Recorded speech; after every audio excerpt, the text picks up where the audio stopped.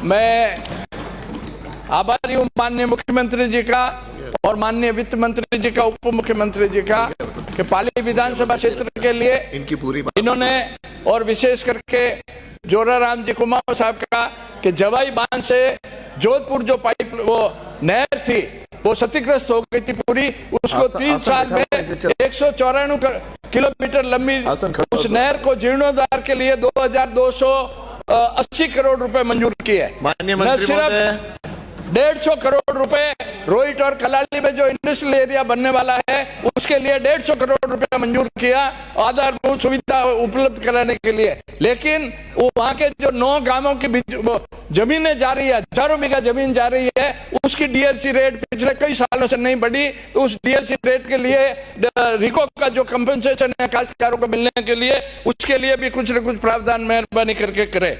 न सिर्फ इतना, जावरमल जी का भी मैं आभारी हूँ कि पाली नगर परिषद को इन्होंने नगर निगम में कन्वर्ट किया, मैं हृदय से इनका आभारी हूँ। न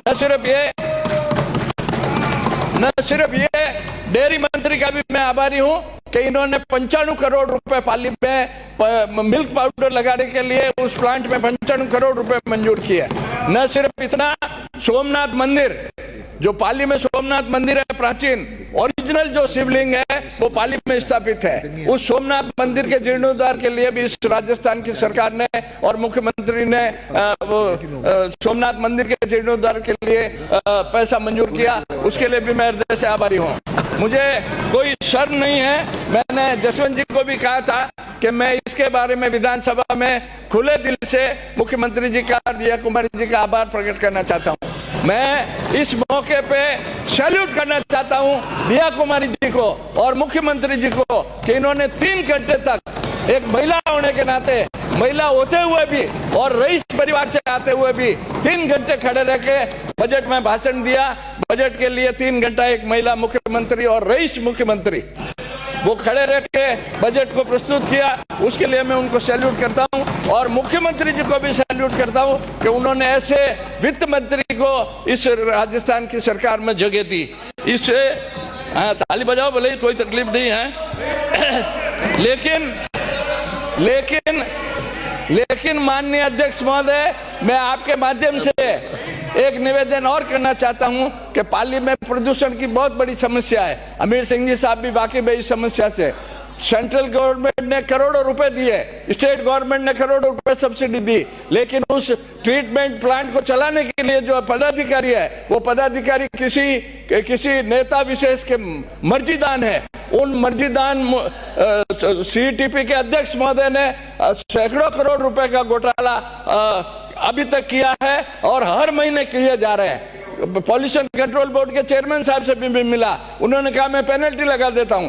पेनल्टी लगाई 50 लाख रुपए की, लेकिन पेनल्टी कोई सॉल्यूशन नहीं है। वाटर एक्ट में पुलिस केस करने का, प्रोसिक्यूशन का केस करने का भी स्टेट गवर्नमेंट को अधिकार है। न सिर्फ ये माननीय अध्यक्ष महोदय जी, ये जो पॉल्यूशन कंट्रोल करने के लिए राजस्थान हाईकोर्ट ने आदेश कर रखा है, किसानों की जो हजारों बीघा जमीन खराब हुई है, उन हजारों बीघा जमीन खराब हुई उन किसानों को मुआवजा देने के लिए, लेकिन कई साल हो गए अमीर सिंह जी साहब उस राजस्थान हाईकोर्ट के ऑर्डर की कोई पालना नहीं की और किसी भी सरकार ने नहीं की। चाहे कोई भी सरकार आई, कोई भी सरकार गई, किसानों की जो जमीनें खराब हुई हजारों बीघा, उस जमीनों का हाईकोर्ट के आदेशों के बावजूद भी कोई भी मुआवजा आज दिन तक नहीं दिया गया। माननीय अध्यक्ष महोदय, मैं निवेदन करना चाहता हूं कि आपने मेरी विधानसभा में तो बहुत कुछ दिया, लेकिन पूरे राजस्थान की जनता को पेट्रोल और डीजल की दरों में कमी करके, पेट्रोल और डीजल की रेट की वजह से महंगाई डायरेक्ट रिलेटेड है। पेट्रोल और डीजल की कमी, रेटों की कमी होती है तो महंगाई पर सीधा असर पड़ता है, महंगाई ऑटोमेटिक कम होती है।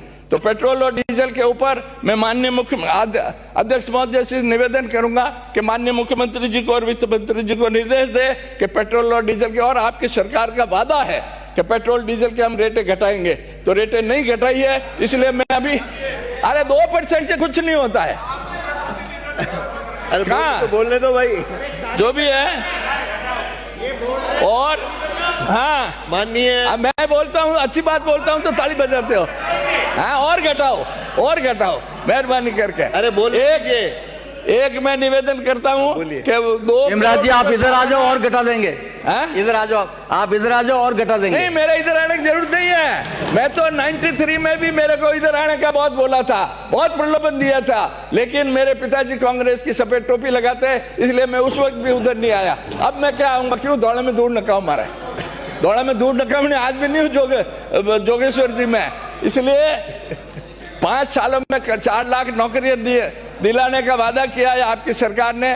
मोदी जी ने भी 2 करोड़ नौकरियां हर साल देने का वादा किया था, वो नौकरियां भी अभी तक मिली नहीं। मेरा निवेदन इतना ही है कि आप 4 लाख नौकरियां तो देंगे, लेकिन 5 साल में कितने गवर्नमेंट सर्वेंट रिटायर होंगे? उन रिटायर्ड गवर्नमेंट सर्वेंटों के बदले में ये 4 लाख है या 4 लाख नई नौकरियां देंगे, इसके बारे में भी मेहरबानी करके खुलासा करें। पाली में नगर परिषद की जगह नगर निगम बनाई, उसके लिए तो मैं धन्यवाद दे चुका हूं। मेरा एक निवेदन माननीय अध्यक्ष जी विशेष तौर पर सिंचाई मंत्री जी से है। पाली में सबसे ज्यादा बंदे हैं, सरदार समंद बांध है, खारडा बांध है, अमावास बांध है, बाणियावास बांध है। इन नहरों को मेहरबानी करके, मैं पिछली बार भी जब विधायक था तो 4 करोड़ रुपए वर्ल्ड बैंक से लाया था, वो 4 करोड़ रुपए मेरे को वापस मौका नहीं मिला।